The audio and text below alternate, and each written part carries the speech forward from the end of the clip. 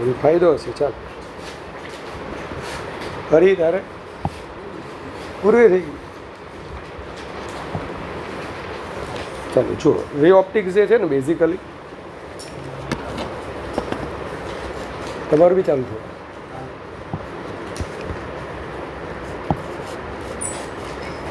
તો જે ઓપ્ટિક્સ ખરું ને સૌથી ઇમ્પોર્ટન્ટ આ ચેપ્ટર કહેવાય એમ જોવા જઈએ ને. આખા 11-12ની અંદર ખાસ કરીને 12થની ઓપ્ટિક્સના બે ટાઈપ છે. ઓપ્ટિક્સ એટલે રેડિયેશન. રેડિયેશન મતલબ કે આખું જે યુનિવર્સ છે ને એ બે પાર્ટનું બનેલું. યુનિવર્સ એટલે બ્રહ્માંડ. એક છે મેટર. મેટર એટલે દ્રવ્ય. અને બીજું છે બરાબર શું આવશે? રેડિયેશન. રેડિયેશન મતલબ એનર્જી. બરાબર, વિકિરણ. હવે રેડિયેશનને લગતી જેટલી પણ ફેનોમેનન છે, ઘટના છે, એને તમે બે ભાગમાં ડિવાઈડ કરી શકો. એક વેવ ઓપ્ટિક્સ અને બીજું ક્વોન્ટમ ઓપ્ટિક્સ. વેવ ઓપ્ટિક્સ કે જેમાં આપણે વેવ આપણે ભણી ગયા. જેમ્સ ક્લાર્ક મેક્સવેલ આ ભાઈએ સૌથી પહેલાં એમ કીધેલું કે લાઇટ છે ને, લાઇટ એ આવું વેવ છે. વેવ ટ્રાન્સવર્સ વેવ, લંબગત તરંગ છે. એના પરથી reflection, refraction, total internal reflection, ગુજરાતીવાળા પરાવર્તન, વક્રીભવન, પૂર્ણ આંતરિક પરાવર્તન, ડિસ્પર્સન, વિભાજન 10 સુધી ભણીને આવ્યા. 10th के सिलेबस में था. इंटरफियरेंस, डिफ्रैक्शन, पोलराइजेशन, ये तीनों घटना है उसके बाद वाले चैप्टर में आएगी. 10th chapter. अगर इसको स्टडी करना है ना, आने जो તમારે ભણવું હોય ભાઈ, તો કયો નેચર હોવો જોઈએ? Wave nature. EM વેવ છે તે રીતે આને ટ્રીટ કરવાનું. પણ ત્યાર પછી તમે કેમેસ્ટ્રીમાં જોયું. કેમેસ્ટ્રી કરતાં પહેલાં તમે થર્મોડાયનેમિક્સ પૂરું થઈ ગયું. તમારે બ્લેક બોડી રેડિયેશન આવી ગયું.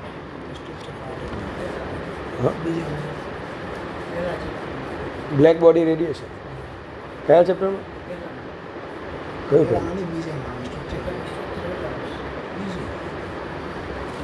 બ્લેક બોડી રેડિયેશન કેમેસ્ટ્રીમાં આવે. ફિઝિક્સનું પૂછતો તમને કે ક્યાં પહેલું ચેપ્ટર આવ્યું? ફિઝિક્સમાં થર્મોડાયનેમિક્સમાં પેલું આવે હીટ ટ્રાન્સફર, તો એની અંદર બ્લેક બોડી આવે. તો black body radiation, photoelectric effect, Compton effect, આ જે બધી ઇફેક્ટ હતી ને, આને ભણવા માટે તમારે રેડિયેશનને ફોટોનના ફોર્મમાં લેવું પડે. HF એનર્જીવાળું પેકેટ એટલે ફોટોન ધરાય. હવે જે ફેનોમેનન છે ને પાર્ટિકલથી સમજાવી શકાય, તે આનાથી પાર્ટિકલથી આ બધી ન સમજાવી શકાય.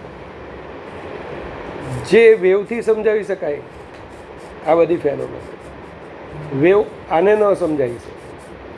એટલે ત્યારે ડ્યુઅલ નેચર એવું કેમેસ્ટ્રીમાં ભણી ગયા કે અમુક અમુક ઘટનાઓ, ફેનોમેનન એટલે ઘટના, એને સમજવા માટે લાઇટને શું લેવામાં આવે? વેવ. તો અમુક વખતે એને પાર્ટિકલ. હવે આમાંની જે પહેલી ચાર છે કઈ? રિફ્લેક્શન, રિફ્રેક્શન, TIR અને ડિસ્પર્શન. આને જો તમારે સમજવી હોય, આને જો તમારે સમજવું હોય તો તમારે વેવથી સમજવી. એટલે માથાનો દુખાવો થઈ આ ચારે ચાર ઘટનાઓને સમજવા માટે જો વેવ નેચર લે ને, વેવ તો સમજાઈ જાય ખરી, પણ સારું બહુ અઘરું પડે. એટલે અને એમ પણ તમને ખબર છે કે આપણે જે જોઈએ છે ને તે ભણવાના છે. એટલે ભાઈ આપણે જે જોવાનું છે ને તે જ ભણવાનું છે. પણ આપણી આંખ કોના માટે sensitive? Visible light. Visible light મતલબ દ્રશ્ય પ્રકાશ ગુજરાતીમાં, અને એની વેવલેન્થ કેટલી, તરંગ લંબાઈ કેટલી, 4000 એંગસ્ટ્રોમ ઓર 400 નેનોમીટર.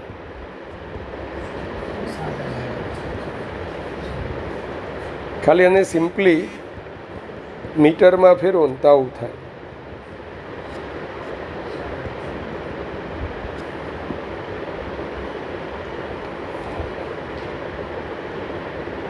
चलो 7 × 10⁻⁻7 मीटर. चलो कंप्लीट. आपको पता है ये. अब एक है तो रिफ्लेक्शन जब भी पड़ेगी या फिर तूने रिफ्लेक्शन होता हुआ दिखा है, छोटा जो आईना होता है उसकी भी साइज़ मिलीमीटर में तो कुछ दिखेगा ही नहीं. वो पॉकेट साइज़ का अगर हरी ऐसे हेयर तेरे को बनाना है तो पॉकेट साइज़ का तू मिरर लेगा, ऐसे बनाएगा, उसकी भी साइज़ कितनी आएगी, कुछ तो सेंटीमीटर में आएगी ना. अब यहाँ से तू लाइट यहाँ पे डाल रहा है, EM वेव यानी ट्रांसवर्स वेव, ये भी मैंने बड़ा ड्रॉ किया है. उसकी वेवलेंथ એટલે ખબર ને ધ્યાન, આ डिस्टेंस है वेवलेंथ की. अब वो कितनी है 4 × 10⁻⁻7 मीटर. ड्रॉ नहीं कर सकता मैं धारा यहाँ पे. इसके इंस्टेड में क्या बताऊँगा पता है, वेव दिखाऊँगा ही नहीं मैं, उसका सिर्फ गतिमार्ग, जैती गतिमार्ग या पाथ, मेरे को इंटरेस्ट सिर्फ उसके पाथ में होगा. अब यहाँ से जो ज्योमेट्री बनेगी ना, ज्योमेट्री એટલે भूमिति, जो भी हमारी ज्योमेट्री आएगी बस उसी ज्योमेट्री के हिसाब से मैं क्या करूँगा, जो भी फेनोमेनन आएगी वो मैं समझा दूँगा. तो ज्योमेट्रीનો હેલ્પ કરીને આપણે જે આની ફેનોમેનન બને, ઘટના બને તે સમજાવી. એટલે આટલી જે 4 ફેનોમેનન છે ને, કઈ રિફ્લેક્શન, TIR અને ડિસ્પર્સન, એને આપણે જ્યોમેટ્રિકલ ઓપ્ટિક્સમાં નાખી દીધી. એટલે જ્યોમેટ્રિક ઓપ્ટિક્સમાં કેમ નાખી દીધી, કારણ કે આપણે જે જોઈએ છે તે ભણીએ છીએ, અને આપણે જે જોઈએ છે ને એ ખાલી વિઝિબલ લાઇટ, અને એની વેવલેન્થ કેવી છે, એકદમ શોર્ટ છે. અને તે વખતે વેવ નેચર ન ગણી અને સીધું એનો પાથ જ જોઈએ. તે પાથથી જે જ્યોમેટ્રી બનશે, હવે કેવી જ્યોમેટ્રી બનશે, કેવી ભૂમિતિ બનશે તે હું સમજાવું છું. કે છે કે હાઉ ઇઝી ભૂમિતિ તમે ભણી જ ગયા છો 10માં. Angle of incidence is equal to angle of reflection, આપાત કોણ બરાબર પરાવર્તન કોણ. આવું એક જ ઇક્વેશન બને ક્યાં, રિફ્લેક્શન. આવું જ આવતું ને 10માં, આપાત કોણ ઇઝ ઇક્વલ ટુ પરાવર્તન. પછી વક્રીભવન, रिफ्रैक्शन, एक कौन सा लॉ आता था, वो स्नेल्स लॉ आता था, पता है, N1 sin I, N2 sin I. तो ऐसी घटनाएं इजीली हम समझ सकते हैं. तो उसके लिए वेव नेचर नहीं चाहिए. तो याद रखना, वो कोई रे ऑप्टिक्स में हम पूरा वेव नहीं दिखाते, सिर्फ उसकी डायरेक्शन ऑफ प्रोपेगेशन, पाथ लेन नहीं, उसकी पाथ, उसकी डायरेक्शन ऑफ प्रोपेगेशन ही दिखाते हैं, जिसे हम बोलते हैं रे. क्या बोलते हैं, रे. हम रे से ही सब समझेंगे.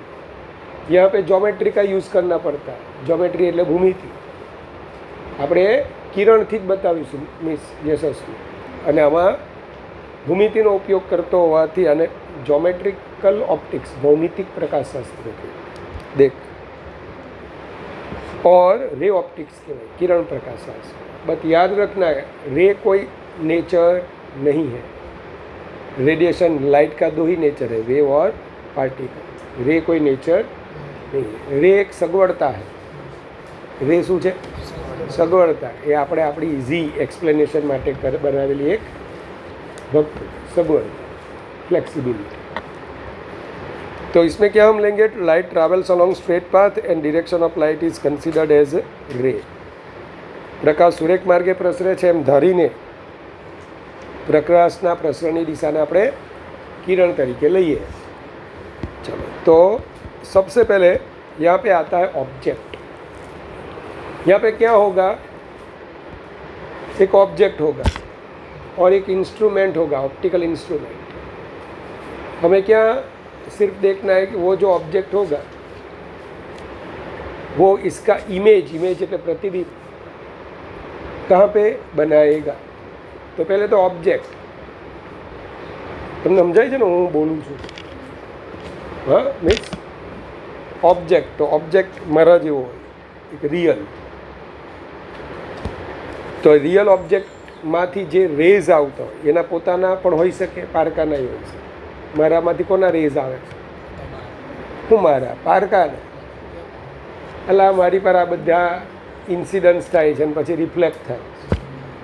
હું થોડો કે આગ, મારામાં આગ નીકળીને એમ સૂર્ય બની ગયો, પારકાના જ રિફ્લેક્ટ કરીએ કાંડા। તું દેખાતે જ નહીં જો રિફ્લેક્શન ન થતે। બધું એબ્ઝોર્બ થઈ ગયો હોત તો કંઈ ખબર ન પડે કે કોણ બેઠું છે, મૂર્તિ બની જાય કાળી। तो रियल ऑब्जेक्ट, तो उसमें से हम ऐसा मानेंगे कि जो रेज रिफ्लेक्ट होके आ रहे हैं दूसरे की, अभी ऐसा भी नहीं बोलेंगे, उसमें से जो रे आ रहे हैं ना वो चारों दिशाओं में ऐसे जाएंगे।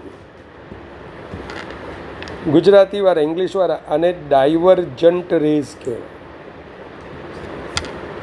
सो डिटर्जेंट डाइवर्जंट अपसारी, अपसारी अपसरण थो એટલે અપ્સરા આવી। શું અપસરણ એટલે છૂટા થવું, डाइवर्जेंट। तो ऐसे रेज आएंगे, तो ऐसे रेज जहाँ से आएंगे उसे हम बोलेंगे रियल ऑब्जेक्ट। और ये हमारा है कोई ऑप्टिकल डिवाइस। यहाँ पे मिरर हो सकता है, यहाँ पे कुछ भी, कोई रिफ्रैक्टिंग सरफेस हो सकती है, यहाँ पे लेंस हो सकता है। हाँ, तो ये कोई हमारा ऑप्टिकल डिवाइस। लेकिन ऐसा जब भी आएगा इसे हम मानेंगे रियल ऑब्जेक्ट। अब देखो दूसरा, रेज आ रहे हैं, रेज ऐसे कहीं से भी आ रहे हैं। अब कहाँ से आ रहे हैं मेरे को मालूम नहीं, तो सिंपली मैं इसको यहाँ पे मर्ज कर दूंगा, गुजराती में भेगा करी दईश। आ આપણું ઓપ્ટિકલ ડિવાઇસ છે। ઓપ્ટિકલ ડિવાઇસ માટે આ કોણ બની જશે? વર્ચ્યુઅલ ઓબ્જેક્ટ, आभासी वस्तु। ऐसा कुछ वर्ड आया जीएम वालों?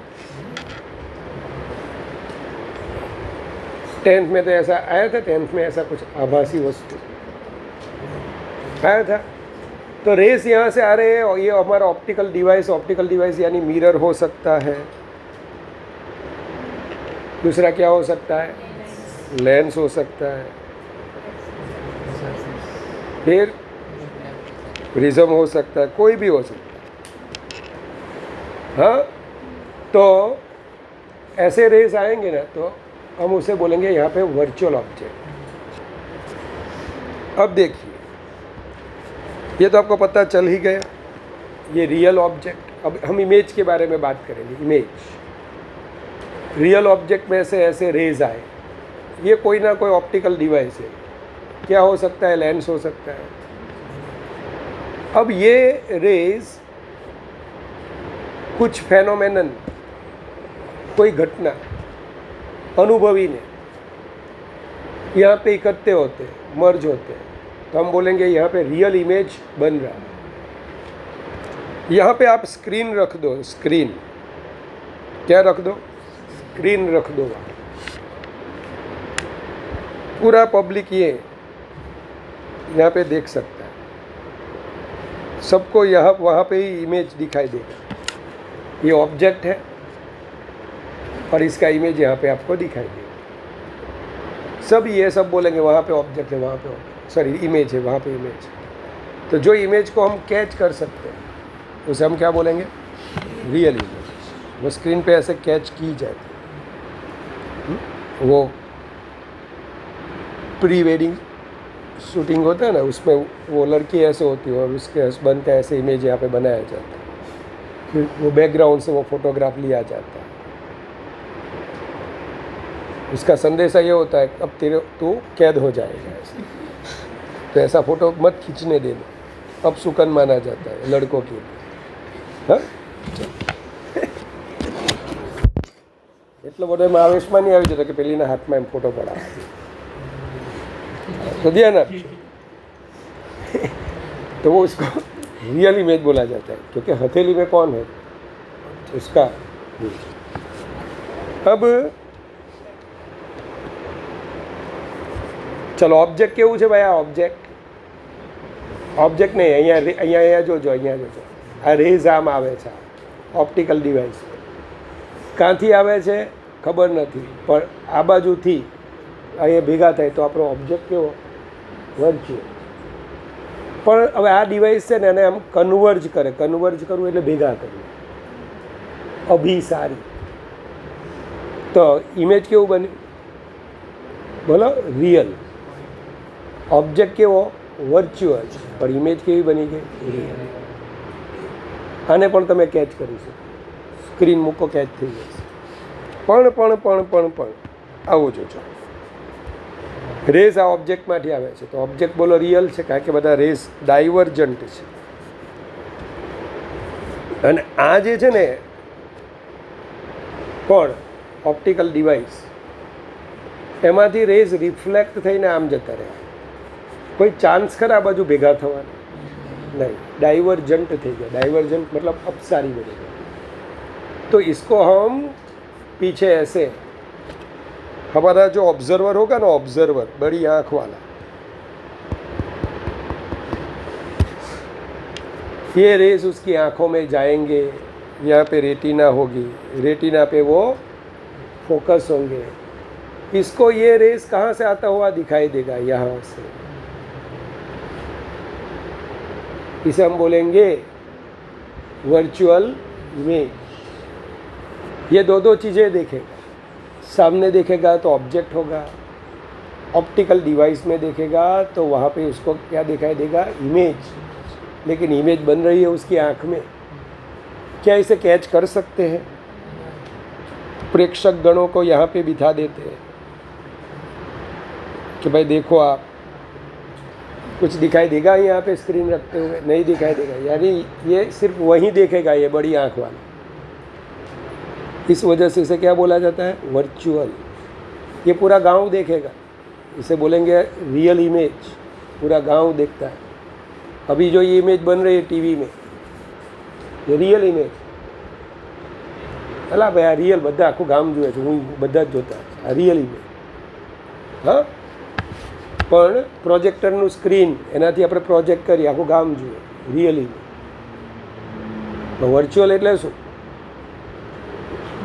જે ફક્ત આપણે જોઈ શકતા કે ઓપ્ટિકલ ડિવાઇસ પર ક્યાં કઈ જગ્યાએ આવું જોવા મળે। સાઇડ વ્યૂ મિરર હોય ને આપણા બાઇકમાં, અલા ભાઈ, તો ત્યાં આપણે એમ જોતા હોઈએ તો ઇમેજ રિયલ નથી બનવાની, એ આપણી આંખમાં બનશે। तो ये अपनी कई ऑब्जेक्ट, सॉरी कई इमेज कहवाय, वर्च्युअल है, एने कैच न करी सके।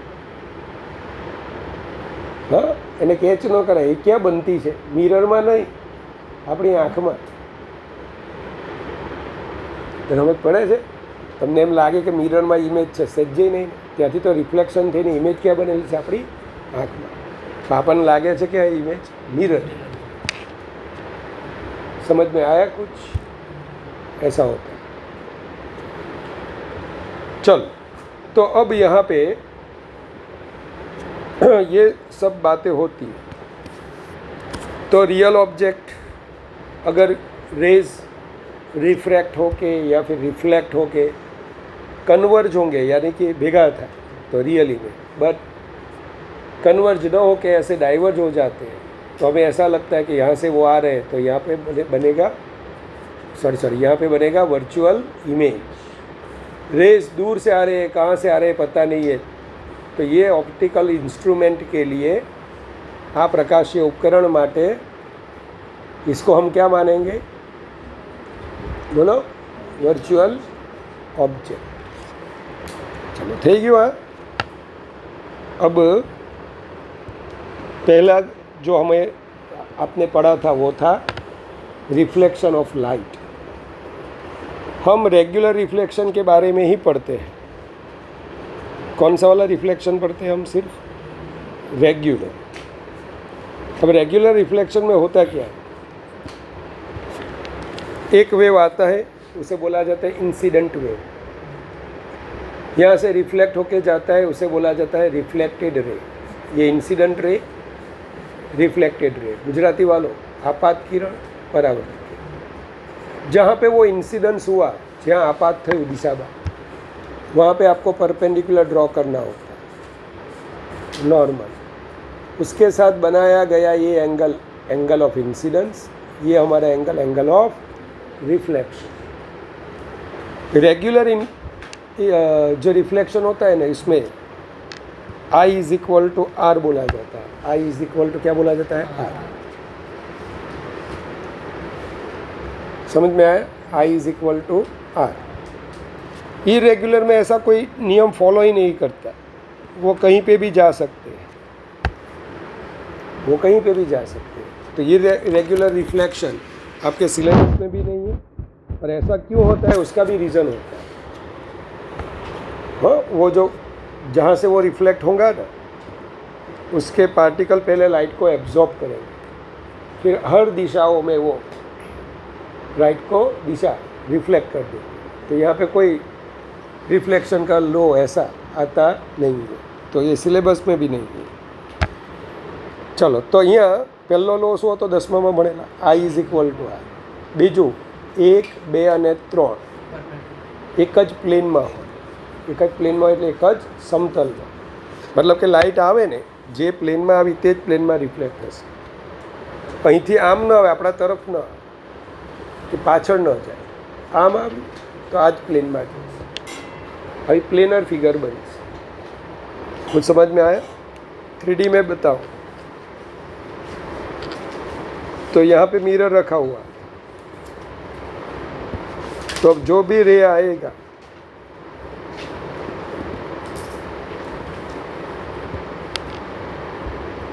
जो भी रे आएगा वो इसी प्लेन में अगर होगा तो इसी प्लेन में वो रिफ्लेक्ट होगा, वो प्लेन के बाहर जाएगा नहीं।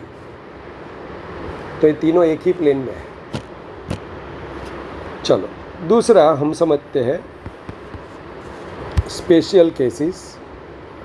If incident ray is perpendicular to the surface, अगर हमारा इंसिडेंट रे ये सरफेस को परपेंडिकुलर होता है तो आई कितना होगा?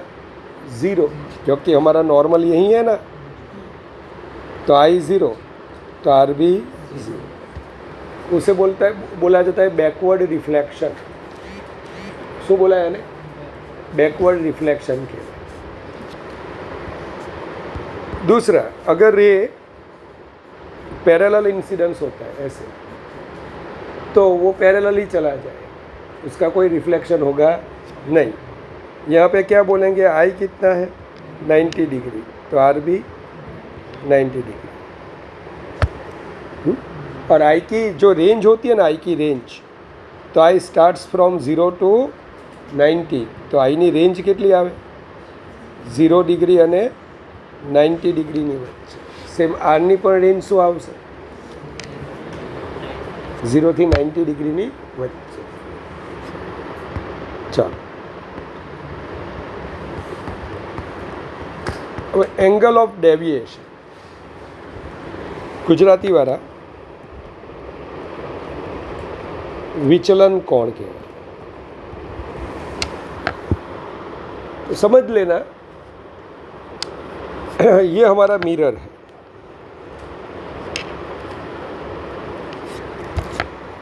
रे ऑफ लाइट ऐसे आया और इसी डायरेक्शन में बोलो वो रिफ्लेक्ट हुआ, तो एंगल ऑफ इंसिडेंस आई है, तो एंगल ऑफ रिफ्लेक्शन भी क्या आएगा? आई।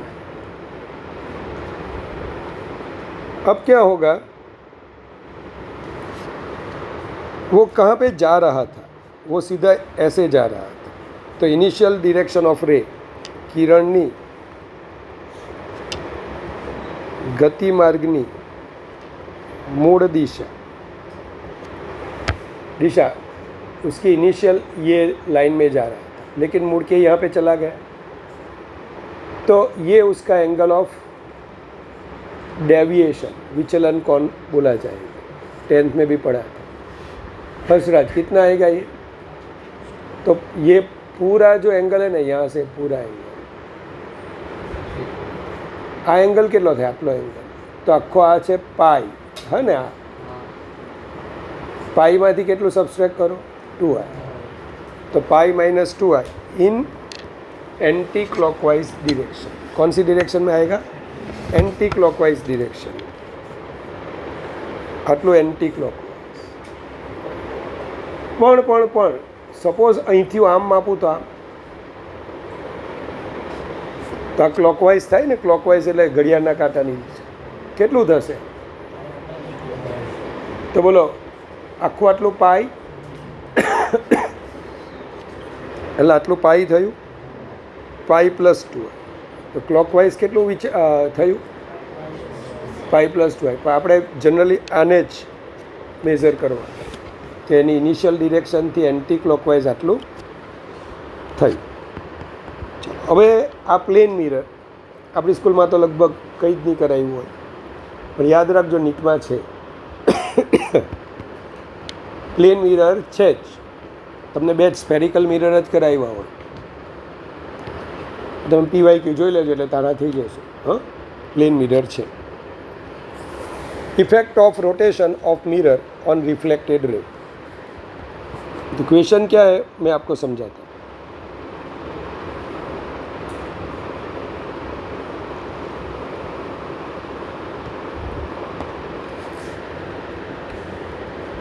समझी लो, આપણો મિરર છે.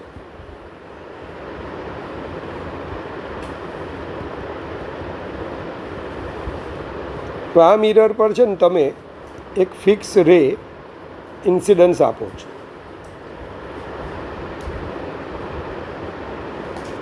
આ આપણો ફિક્સ રે છે. આ રે આમ ઇન્સિડન્ટ આપો છો. ચલો ઇનિશિયલી આ नॉर्मल, ध्यान, ये क्या है हमारा? नॉर्मल है. अब ये हमारा इंसिडेंट रे है जिसे हमें फिक्स करा हुआ है कि तू यहाँ पे ही आने वाला. ये हमारा पहला नॉर्मल N1 है. कितने एंगल पर इंसिडेंस हुआ? I. तो कितने एंगल पे जाएगा? बोलेंगे ही नहीं, उसी एंगल पे जाएगा.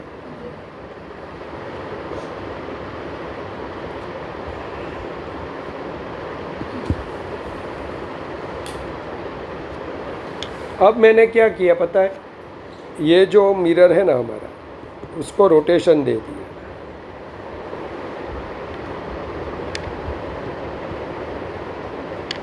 इसको मैंने थीटा जितना रोटेशन दे दिया. ठीक है, कितना रोटेशन दिया मिस? थीटा. तो वो जो नॉर्मल है ना, नॉर्मल, उसका भी रोटेशन हो गया यार. कितना वो शिफ्ट होगा? बोलेंगे ही नहीं. थीटा जितना. सही है? अल्लाह भाई हाँ नॉर्मल बग 90 डिग्री करना ही खुटा. नॉर्मल पर कितना थी? 90 डिग्री. इसको 10 डिग्री घुमाया तो नॉर्मल भी कितना घूमेगा? 10 डिग्री. अरे यार, तो नॉर्मल. अब फिक्स कौन था हमारा? Incident ray. ये हमारा फर्स्ट रिफ्लेक्टेड रे था. चलो ये R1 रिफ्लेक्टेड रे. अब क्या होगा पता है ना? अब नया एंगल आ जाएगा I प्लस थीटा.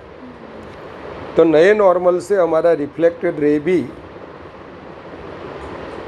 बोलो,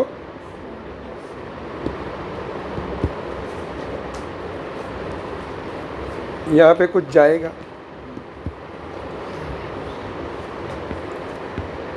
चलो હવે નવો એંગલ કેટલો થઈ ગયો આની સાથે? I plus theta. તો બોલો આ પણ કેટલો થવો જોઈએ? I પ્લસ થીટા થવો જોઈએ કે નહીં? કે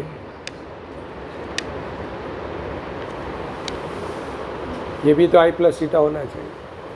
मेरे को ये पता करना है कि ये दोनों के बीच का एंगल क्या होगा। આ બે વચ્ચેનો એંગલ કેટલો થાય? પહેલાં જે રિફ્લેક્ટેડ રે હતું પરાવર્તિત કિરણ અને હવે પછીનું જે રિફ્લેક્ટેડ રે છે, આ બંને વચ્ચેનો એંગલ કેટલો થાય? कैसे फाइंड आउट करोगे?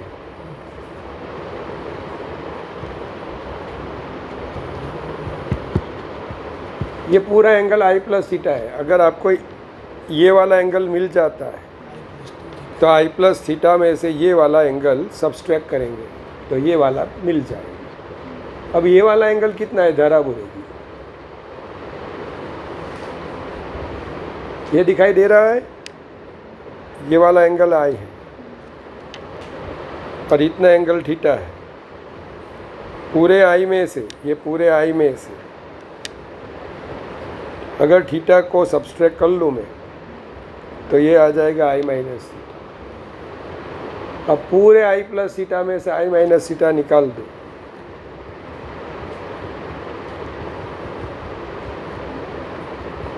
तो ये बन जाएगा हमारा 2 थीटा। हाँ घણા तो आज 8 આવી ગયા હોય જોજો।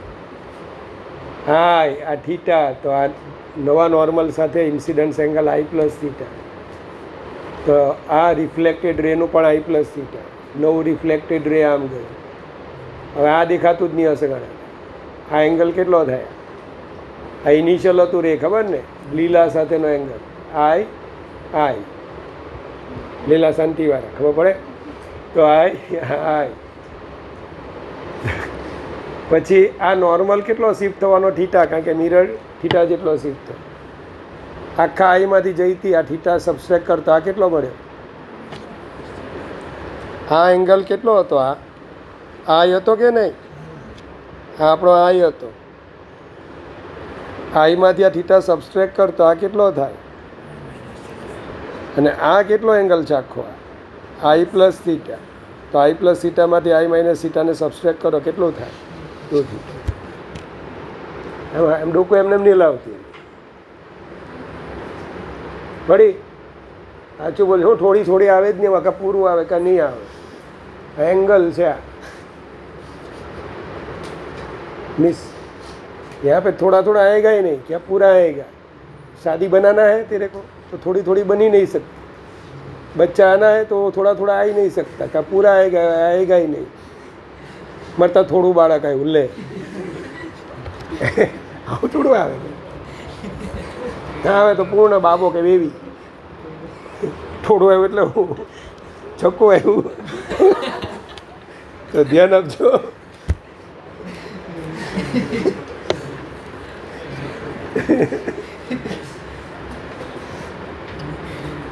હમણાં જ જતો હતો પેલા છોકરાને ભાઈ મોકલા, કેપેસિટીમાં ખબર પડે?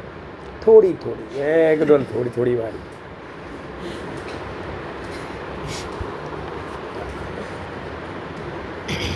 वो फिगर बनाने का है ये मैंने अभी क्या बोला आपको, ये फिगर बनाने आना चाहिए। सिर्फ एक ही तो है incidence angle that is equal to reflected angle. तो इसका एप्लीकेशन क्या होता है पता है? क्या कि तू जब भी कोई मिरर को घुमाएगी इंसिडेंट रे फिक्स होगा तो 2 रिफ्लेक्टेड रे के बीच का एंगल 2 गुना बढ़ेगा। ये थीटा एंगल से बढ़ रहा है तो ये 2 थीटा। अब इसमें ये वो लोग क्या डाल देंगे पता है कैसा? ओमेगा डाल देंगे।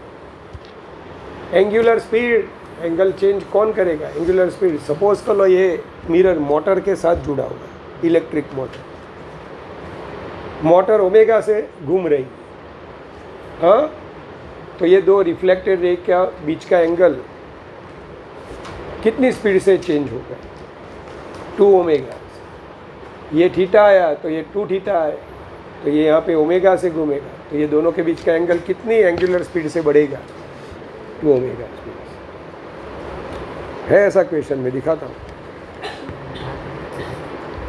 छेद लखेलू है बधु अंदर में, बधु ज लख्યું છે। आ तो नवी फिगर एटला माटे बनावता ज बहु वार लागे आ figure. For fixed incident ray if mirror is rotated by an angle theta then angle between reflected rays becomes 2 theta. Last वाला प्रॉब्लम है जेडी सर ने करवाया है, मैंने यहाँ पे लिखा हुआ। चलो, characteristics of an image formed by plane mirror. अब प्लेन मिरर से इमेज कैसे बनाई जाती है वो मैं आपको समझाता हूँ।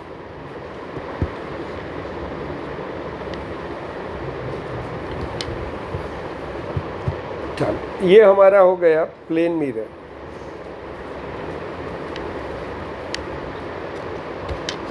यहाँ पे होगा हमारा कोई ऑब्जेक्ट, हमें अपने आप को नहीं देखना है, हम ऑब्जर्वर हैं। मिरर में हमें अपने आप को नहीं सजना संवरना नहीं है। ऐसा एक गीत था, सजना है मुझे सजना के लिए ले। तो हमें कुछ हेयर स्टाइल नहीं बनानी है, वो उसको देखना है ऑब्जेक्ट को। चलो, ऑब्जेक्ट में से मिनिमम आपको 2 रेज लेने हैं। मिनिमम कितने रेज? 2। पहला परपेंडिकुलर ले, उसका इंसिडेंस एंगल क्या आएगा? 0। तो रिफ्लेक्टेड एंगल भी 0 होगा, वो बैकवर्ड रिफ्लेक्शन होगा। चलो, तो पहला वाला रे पीछे ही जा रहा है। चलो, दूसरा यहाँ पे कुछ ले, तो याग्निक ये हो गया तेरा नॉर्मल। जितने एंगल पे वो इंसिडेंस हुआ ना बेटा, उतने ही एंगल से वो रिफ्लेक्ट होगा। अब देखना ये दोनों रेस को, ये ऐसे जा रहा है रिफ्लेक्ट होके, ये इधर जा रहा है, क्या मिलने की कोई चांस है इसके? ये दोनों ऐसे यहाँ पे कभी मिलेंगे? नहीं मिलेंगे, वो डाइवर्ज हो गए। डाइवर्ज એટલે अपसारी थी। तो जब कोई ऑब्जर्वर उसे देखेगा तो ये कहाँ से आता हुआ दिखाई देगा। ये दोनों रेस, जो बड़ी आँख वाला होता है ना, वो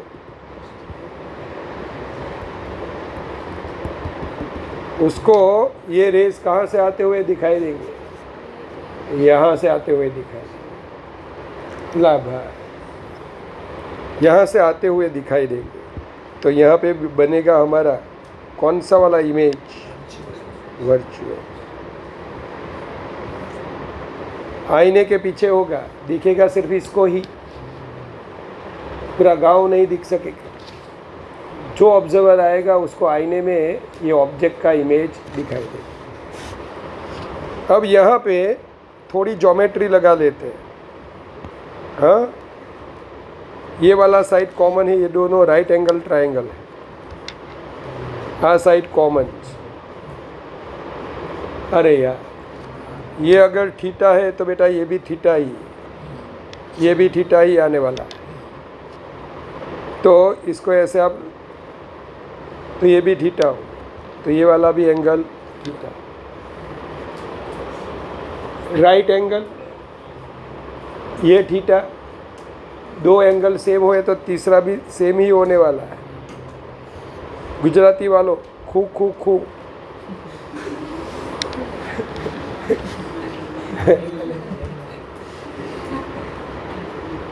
इंग्लिश वालों, एंगल एंगल एंगल।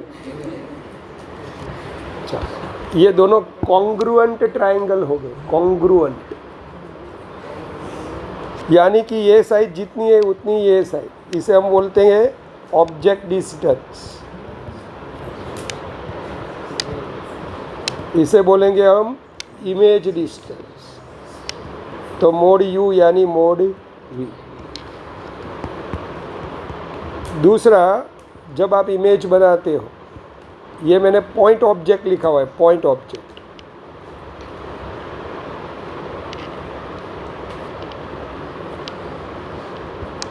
अभी एक स्टार बैच का लड़का आया था, सिर्फ यही चैप्टर पढ़ना चाहता था। उसकी दिक्कत क्या थी पता है? उसको इमेज बनाना ही नहीं आता था। Real object, virtual object.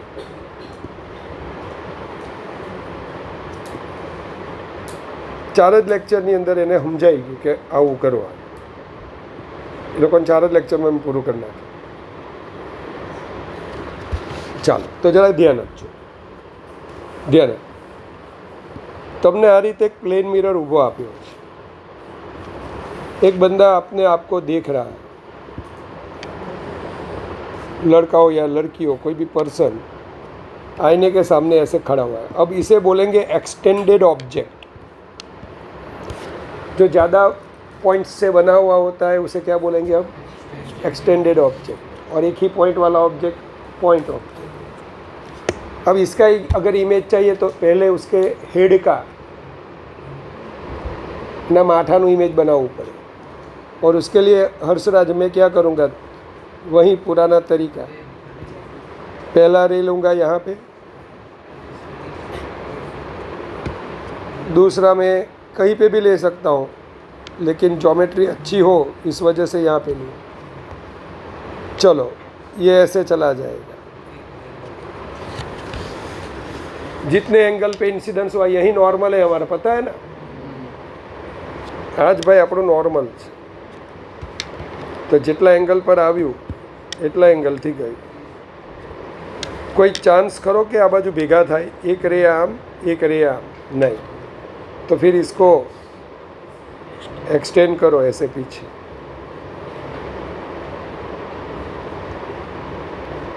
तो ये का इमेज कहाँ पे बनेगा? ए डैश पे। वर्टिकल ये खड़ा रहा है, वर्टिकल है, तो पैर भी उसके नीचे ही आएंगे।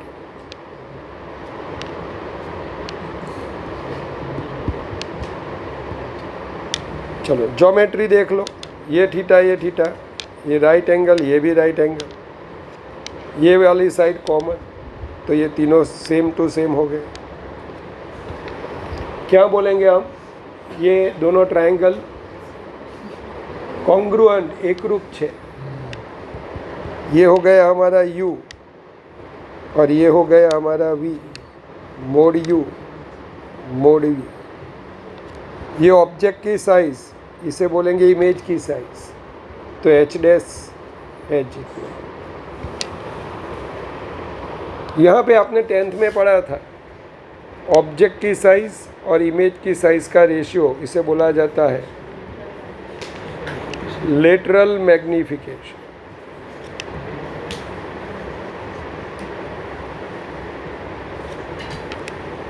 क्या बोला जाता है? Lateral magnification. तो यहाँ पे इसका लेटरल मैग्निफिकेशन ऑलवेज +1 आएगा। तो +1 कौन बना सकता है lateral magnification? Only plane mirror. Plane mirror की ही औकात ये है कि वो +1 वाला मैग्निफिकेशन बना सकता है। चलो ये सब पढ़ा हुआ है 10th में। 10th में आवेલું आ, 12th में આવ્યું, અત્યારે 11th 12th આ ભણાવવું જોઈએ। પહેલાં શરૂઆત જ અહીંથી થાય। ચલો તો मैंने क्या लिखा हुआ है कि sir characteristics of an image form by plane mirror. मतलब गुजराती में लख्યું નથી। समतल अरीसाथी रचाता प्रतिबिंबनी लाक्षणिकताओं। समतल अरीसाथी रचाता प्रतिबिंबनी लाक्षणिकता समझनी बात मन कहजो, गुजराती कर देखीश। Object distance u that is equal to image distance v from mirror। हाँ બધા डिस्टन्स क्यांथी लीधा छे आपणे हर्षिनी? मिरर थी लीधा छे। हाँ जोजो पहला। Line joining points of point object with its image is perpendicular to mirror. ये क्या लिखा हुआ है? ये मैंने क्या लिखा हुआ है पता है? समझ ला कि ये मिरर ऐसे खड़ा हुआ है,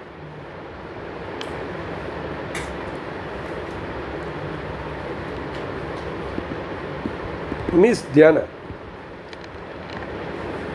ऑब्जेक्ट यहाँ पे है।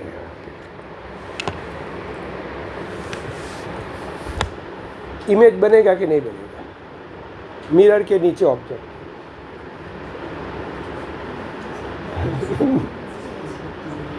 हमें अपने को नहीं देखना है, सपने भी नहीं देखने, रियलिटी देखना है कि इमेज बनेगा कि नहीं बनेगा। लोग बोलेंगे नहीं बनेगा, क्योंकि लोग अपनी ये ऑब्जेक्ट नहीं रखते, अपने आप को यहाँ पे सामने रखते, या हम नहीं है ये। सपोज यहाँ पे मिरर है, मिरर वहाँ पे है, प्लेन मिरर, हाँ, मैं इधर खड़ा, तो मिरर में से बोलो वहाँ का कोई ना कोई बंदा मेरे को दिखाई देगा। कौन है ऐसा करते? हम एडजस्ट भी करते हैं कई बार ऐसे। कौन है? अला भाई, બોળ લૂછતી વખતે અમે આમ કરતા હોય, આમ કોણ ખુજલાયા કરતું છે? ખબર છે? બોળ પર મિરર આપેલા તમારે છે ત્યાં?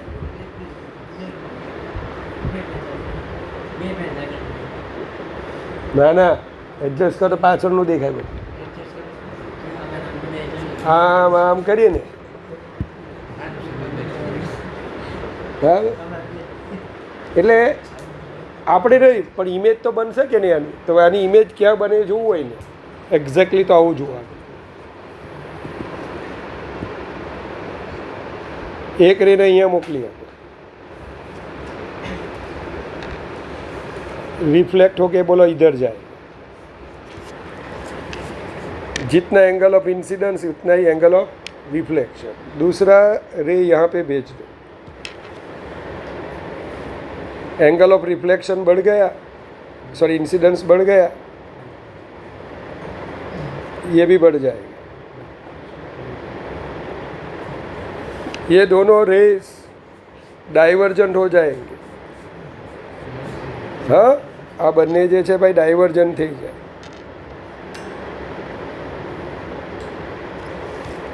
कहाँ से आते हुए दिखाई देंगे? इसे एक्सटेंड कर दो, इसे भी एक्सटेंड कर दो.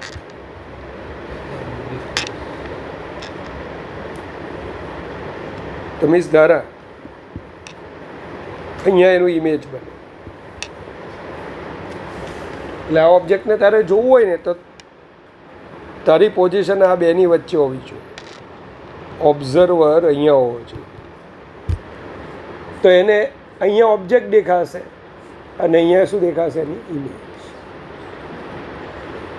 અલા ભાઈ, અને હવે આને એક્સટેન્ડ કરો ને આમ, તો ઓબ્જેક્ટ અને ઇમેજને જોઈન કરતી લાઈન છે ને ઓલવેઝ મિરરની સરફેસને કેવી બનશે? પરપેન્ડિક્યુલર. ઓબ્જેક્ટ અને ઇમેજને જોઈન કરતી જે લાઈન હશે ને એ પરપેન્ડિક્યુલર ટુ મિરર લાઈન થઈ. તો મેં શું લખ્યું છે જુઓ, line joining point object with it's image is perpendicular to the mirror. A real object has virtual image, whereas for virtual object we have real image. क्या मतलब होता है? नॉर्मली हमारा ऑब्जेक्ट ऐसा होता है, रियल ऑब्जेक्ट, क्योंकि उसमें से क्या आ रहा है? Divergent raise. डाइवर्जेंट मतलब अपसारी किरण, छूटा पड़ता किरण, तेनु वर्चुअल इमेज बने. बट एक आप पढ़ोगे, एक प्रॉब्लम पढ़ोगे कॉम्बिनेशन, उसमें मैं आपको ऐसे पढ़ाऊँगा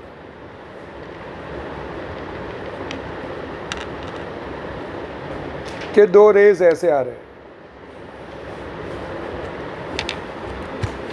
और इसका दो रेज अब कहाँ से आ रहे हैं मिरर को पता नहीं है, तो आप हमें कुछ नहीं करना है, इसको ऐसे एक्सटेंड कर देंगे. जहाँ पे मिलेंगे उसे हमें क्या मानना है? Virtual object. अब इसे लेना है हमें ऑब्जेक्ट डिस्टेंस. चलो टेक्निकली हम देखते हैं तो क्या होता है पता है ना? यहाँ पे ये वाला जो है ना, ये वाला परपेंडिकुलर इंसिडेंस हुआ और ये वाला ऐसे रिफ्लेक्ट होके ये दोनों रेज यहाँ पे ભેગા થશે, કન્વર્જ हो. तो यहाँ पे कौन सा इमेज बना? रियल इमेज बना. क्या बना? रियल इमेज यहाँ पे बन गया. ज्योमेट्री के हिसाब से देखोगे तो यहाँ पे भी u और v दोनों सेम. तो ऑब्जेक्ट वर्चुअल है, इमेज क्या है? रियल. रियल यानी क्या? स्क्रीन रख दो यहाँ पे, सिर्फ दबे तू ही नहीं दिखेगी, ये सब आप तीनों बैठे हुए हैं, सृजा को भी दिखाई देगा, यशस्वी को भी दिखाई देगा, आद्या को भी दिखाई देगा, सभी को दिखाई देगा। देखो देखो वहाँ पे इमेज है, स्क्रीन रख के हम एक साथ देख सकते हैं। लेकिन ये वाला जो इमेज था वो किसको दिखेगा? ये वाला इमेज किसको देगा? वो जो हमारा ऑब्जर्वर है, जिसकी दृष्टि रेखा, विज़न, ये दोनों के बीच में आएगी, वहीं वो इमेज देखता है। पूरा गांव यहाँ पे स्क्रीन रखने से किसी को दिखाई देगा नहीं। अल्लाह पढ़े तुमने? ये जो रेस जा रहे हैं वो क्या क्या करेंगे पता है ना? उसकी आँख में जाएंगे, किसकी? ऑब्जर्वर। रेटिना पे फोकस होंगे, तो उसको ये जो चीज़ है उसका इमेज यहाँ पे बनता हुआ दिखाई दे। तो समझ में पड़ा? तो हम जब वर्चुअल इमेज बोलते हैं वो बनती तो रियल ही है। कहाँ पे? आँख में। दिखती यहाँ पे है। अब जो मैं बोल रहा हूँ वो दिमाग के बाहर का है। ये सब हमारे एडवांस में आता है। वर्चुअल इमेज यानी क्या? वो बनती तो रियल ही है, लेकिन कहाँ पे? ऑब्जर्वर की आँख में। लेकिन दिखती कहाँ पे? यहाँ पे। इस वजह से उसे क्या बोला जाता है? Virtual image. वो क्षेत्र रह जाएगा। कौन? अगर ऐसा कुछ मेरे को ऑब्जेक्ट नहीं मालूम और ऐसा कोई मिरर है, हाँ, और वो यहाँ पे इमेज बना रहा है, तो अगर मेरा बुद्धि क्षमता नहीं है कि ये, तो मैं वहाँ पे ढूंढने जाऊँगा कि ये चीज़ वहाँ पे पड़ी है, लेकिन वो मिलेगी नहीं। इस वजह से उसे क्या बोलेगा? आभासी प्रतीक। खाली जस्ट फीलिंग आवे के छे त्या। रियल इमेज में क्या? वहाँ पे इमेज मिलेगी आपको। तो આવું બધું આવે ભાઈ। આમ એક એક વર્ડને સમજીને કરવાનો તો રે ઓપ્ટિક્સ આવડે, અને આ જેટલું હેલું કંઈ છે જ નહીં। તો રિયલ ઓબ્જેક્ટ હેઝ વર્ચ્યુઅલ, જ્યારે virtual object has real image. चलो अब मिस आद्या, तेरे को खुद मिरर में देखना, तो मिनिमम हाइट ऑफ मिरर कितनी होनी चाहिए? हाँ, ये एक आदमी है, आदमी ऐसे आदमी एक खड़ा हुआ है प्लेन मिरर के साथ, और उसको अपने को ही देखना है। उसको अपने को ही देखना है। ये रहा उसका हेड, ये रहा इसका पैर, हेड, फीट। कहाँ से देखता है आदमी? आँख से। Very good. तो ये उसका आई लेवल, ये उसका आई लेवल। अब उस आदमी को अपने को ही देखना है, लेकिन कहाँ पे देखना है? मिरर में। चलो अभी इतना मैंने मिरर बना दिए।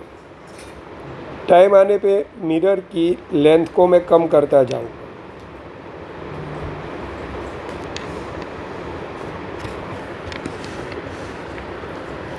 चलो पहले उसका हेड देखना। तो हेड में से जो भी रे आएगा ना, देखना थोड़ा। हेड में से जो रे आएगा वो रिफ्लेक्ट होके उसकी आंखों में जाएगा। जितना एंगल ऑफ इंसिडेंस है उतना ही एंगल ऑफ रिफ्लेक्शन। अब ये यहाँ पे देखेगा ना, यहाँ पे मिरर के ये पॉइंट पे देखेगा ना, तो उसको उसका हेड यहाँ पे दिखाई देगा। उसको अपना हेड इस दूरी पे दिखाई देगा। तो उसके ऊपर वाला जो मिरर है वो हमारे लिए नकामा है, मीन्स काम का नहीं, इसको मिटा देते हैं। क्योंकि ऊपर जब देखेगा तो वो कुछ दूसरा देख सकता है, लेकिन यहाँ तक वो देखेगा तो हेड दिखाई देगा, उसको अपने आप को पूरा देखना है। अब पैर को देखता है वो, पैर को, तो पैर में से आता हुआ रे उसकी आंखों में जाना चाहिए। तो पैर में से आता हुआ रे उसकी आंखों में जाना चाहिए, तो हम क्या करेंगे? पैर में से आता हुआ रे उसकी आंखों में जाने के लिए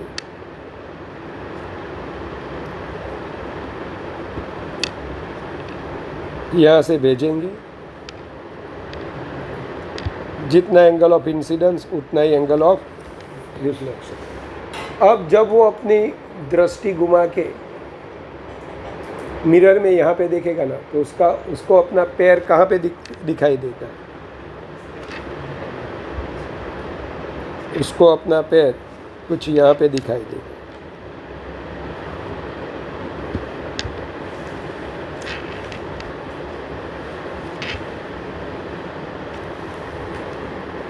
तो वो अपना इमेज फुल साइज में देख सकेगा।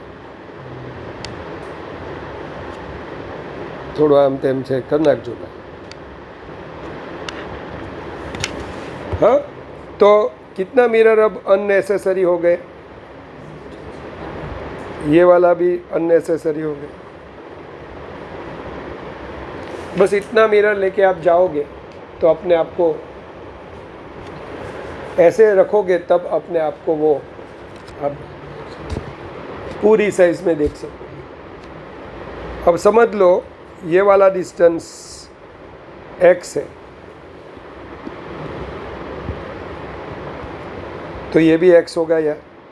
अरे यार m लिखा, तो HM और ME सेम ही होगा। चलो इसको दबे में एक्सटेंड करता हूँ, तो मीन्स ये वाला डिस्टेंस भी x आ जाएगा। देख देख देख, ME और ये दोनों सेम है। चलो इसका डिस्टेंस मैं y ले लेता हूँ इतना, तो दबे ये भी क्या आ जाएगा? y आ जाएगा।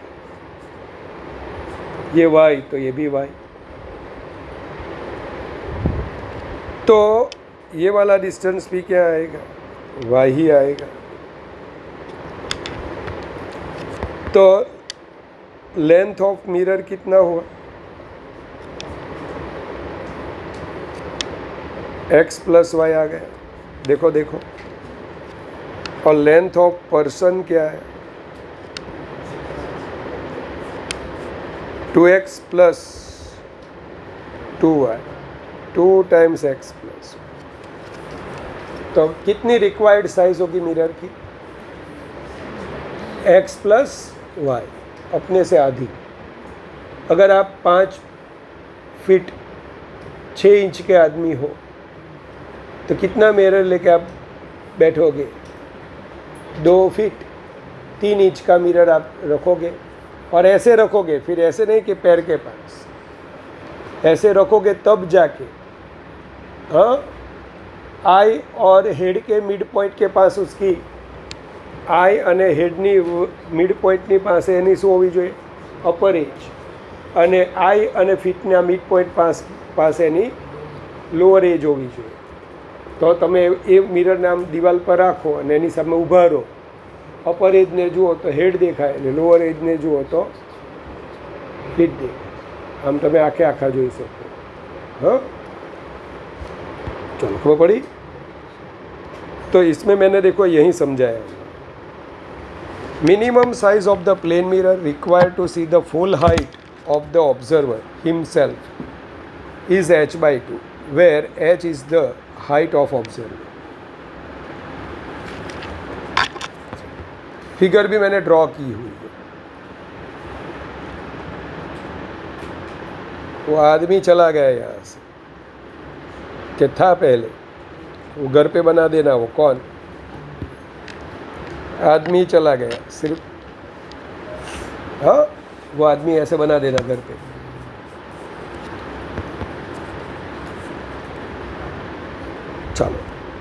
હવે यहाँ पे मैंने ऐसे ऐसे प्रॉब्लम्स दिए, चलो यहाँ पे नई फिगर ही बनाता हूँ।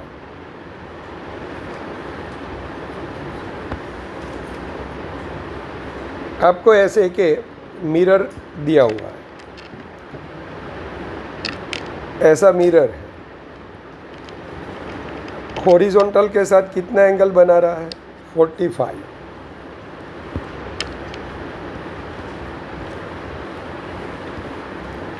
यहाँ पे आपको ऐसे ऑब्जेक्ट रखा हुआ दिखाई दिया,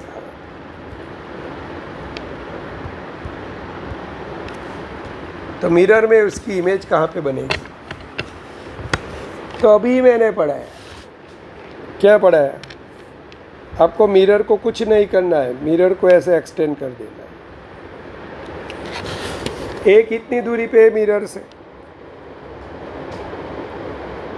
ये परपेंडिकुलर ऐसे ड्रॉ करो। जितनी दूरी पे होगा ना, उतनी दूरी पे उसका इमेज क्या आएगा? ए डैश। એટલે મિરરથી જેટલું આમ છે આ ડિસ્ટન્સ પરપેન્ડિकुलर, એટલા ડિસ્ટન્સે કોણ આવે? ए डैश। हो क्या रहा है यहाँ पे ऐसा कुछ हो रहा है, जो रेज जाएंगे ऐसे,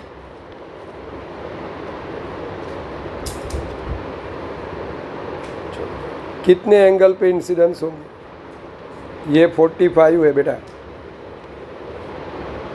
ये 90 डिग्री है ना? ये वाला एंगल भी कितना होगा? Z दिख रहा है, Z ध्यान है बोरा, क्या आपको ये Z दिख रहा है? तो कितने एंगल पे इंसिडेंस हुआ यहाँ पे? 45, नॉर्मल के साथ 45। तो ये हमारा रे कहाँ पे जाएगा? ऊपर की ओर जाए। अल्लाह તમને નોર્મલ દોરતા આવડે, આ ઘરે ગઈને દોરજો, નહીં તો 10 વખત ભણતા ત્યાં ત્યાં અરે ઓપ્ટિક્સ હાવ હેલું એટલે એકદમ સહેલું। રે ગયું આ નોર્મલ કેટલા એંગલે ગયું? 45, તો અહીંયા પણ 45, તો આ પણ કેટલું થાય? ચાલો, तो ए में से आता हुआ ए डैश पे दिखेगा, અને એ અને એ ડેશને જોઈન કરતી લાઈન હોય ને ભાઈ, એ પ્લેન મિરરને કેવી હોય? પરપેન્ડિક્યુલર। સેમ બી અને એના ઇમેજને જોઈન કરતી લાઈન લેશો તમે, એ પણ શું બનશે? પરપેન્ડિક્યુલર। તો ઓલવેઝ હું તમારી જગ્યાએ હું તમારે ધંધા જ નહીં કરું, એ અને મિરરને જોઈ લો, અચ્છા આટલા ડિસ્ટન્સ છે તો એનું ઇમેજ અહીંયા, બી અને આને આમ જોઈન કરી નાખો તો બી અને બી ડેશ પણ બોલો અહીંયા। એ તારી ઓબ્જેક્ટ બોલો હતું હોરિઝોન્ટલ, તો એની ઇમેજ કેવી બની ગઈ? વર્ટિકલ। कैसी बनी? रियल के वर्चुअल? वर्चुअल। सार दूसरा मैंने घड़ी के बारे में दिखाया, ये हमारी घड़ी 8:12 वो दिखा रही है रियल में।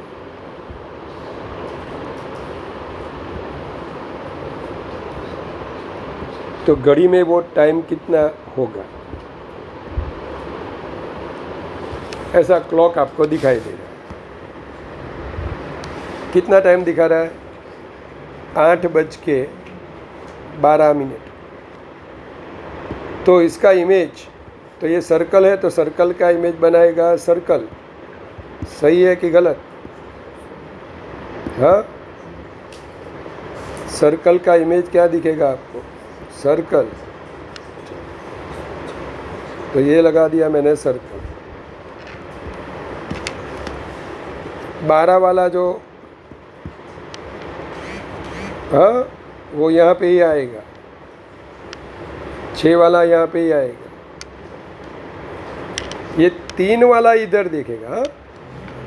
क्योंकि उसका मिरर से डिस्टेंस कम है, तो ये 3 वाला ऐसे दिखेगा। चलो, कैसा ऑब्जर्वेशन आएगा? इसमें डायल में कुछ रखा हुआ नहीं है। जो डायल है ना, उसमें कुछ नंबर वंबर नहीं दिए हुए हैं। और आपको सीधा क्या दिखाई दे रहा है?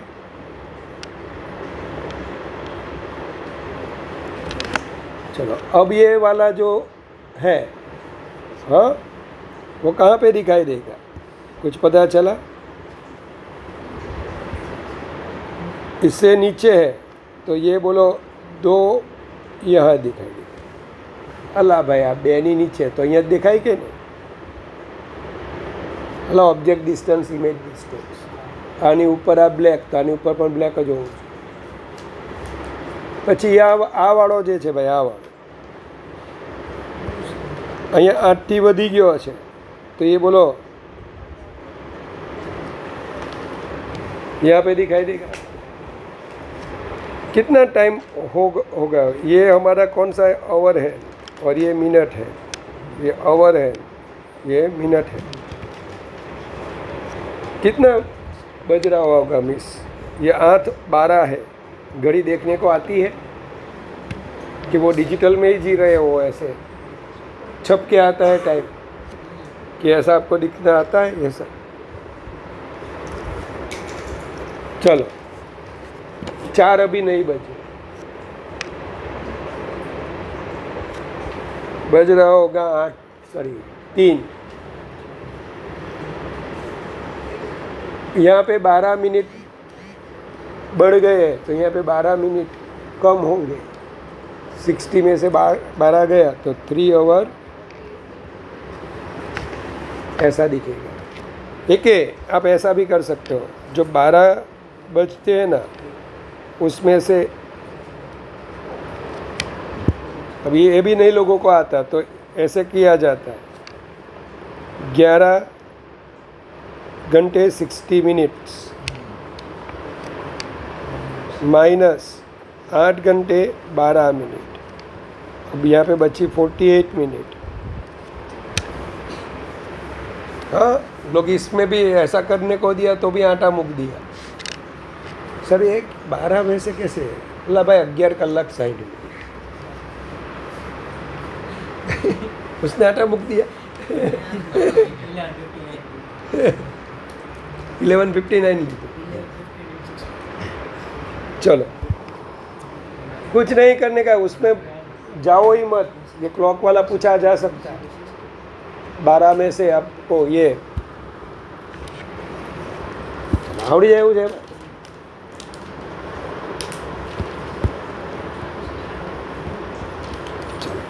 तो क्या क्या मैंने वो पढ़ा दिया. चलो, फील्ड ऑफ व्यू.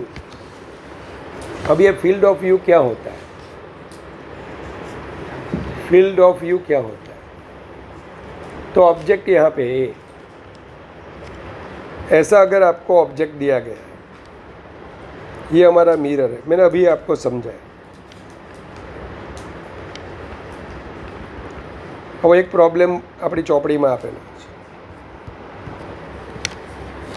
अब मेरे को मालूम है कि ए का इमेज ए के कहाँ पे मिलेगा. मिरर की लाइन को एक्सटेंड कर दे, ये परपेंडिकुलर लाइन खींच दे. ये जितना डिस्टेंस है ना मिस, उतने ही डिस्टेंस पे ए का इमेज क्या बनेगा? ए डैश. किसको दिखाई देगा? मैंने धारा को पूछा था अभी कि मिस धारा, ये किसको दिखाई देगा? वैसे तो धारा कुछ बोलती नहीं है. वो पहले ऐसे जाएगा. ये दूसरा, यहाँ पे आप एक्सट्रीम एज पे लेना है.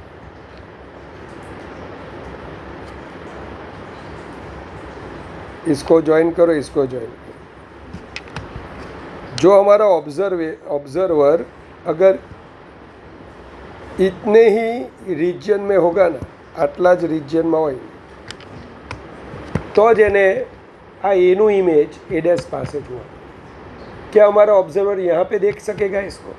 नहीं. इसके आबाजू होगा तो देख सकेगा? नहीं. देखने के लिए उसको यहाँ पे ही इतने एंगल में ही रहना चाहिए. तो इसे बोलेंगे हम field of view. Field of view. એને ગુજરાતી નથી ખબર. ફિલ્ડ ઓફ વ્યૂ જ કહેવાય બસ. અવલોકનનો વિસ્તાર. વ્યૂ એટલે અવલોકન અને ફિલ્ડ એટલે ખેતર. ખેતર અવલોકનનું ખેતર થોડું આવે. તો ફિલ્ડ એટલે વિસ્તાર, અવલોકનનો વિસ્તાર. આટલામાં આપણે ઊભા રહીએ તો इमेज અહીંયા જોઈ सकते. इसे बोला जाता है फील्ड ऑफ व्यू. अब ये पॉइंट ऑब्जेक्ट है. कई बार हरी ऐसा भी होता है, देख ऐसा मिरर आपको दिया गया,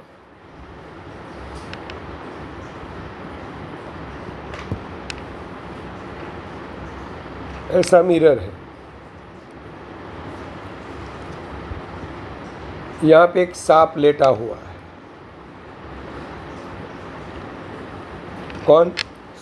सांप. ऐसे बड़ा वाला एनाकोंडा वहाँ पे लेटा हुआ है. मीरा आटलो लांबो थोड़ो है. तो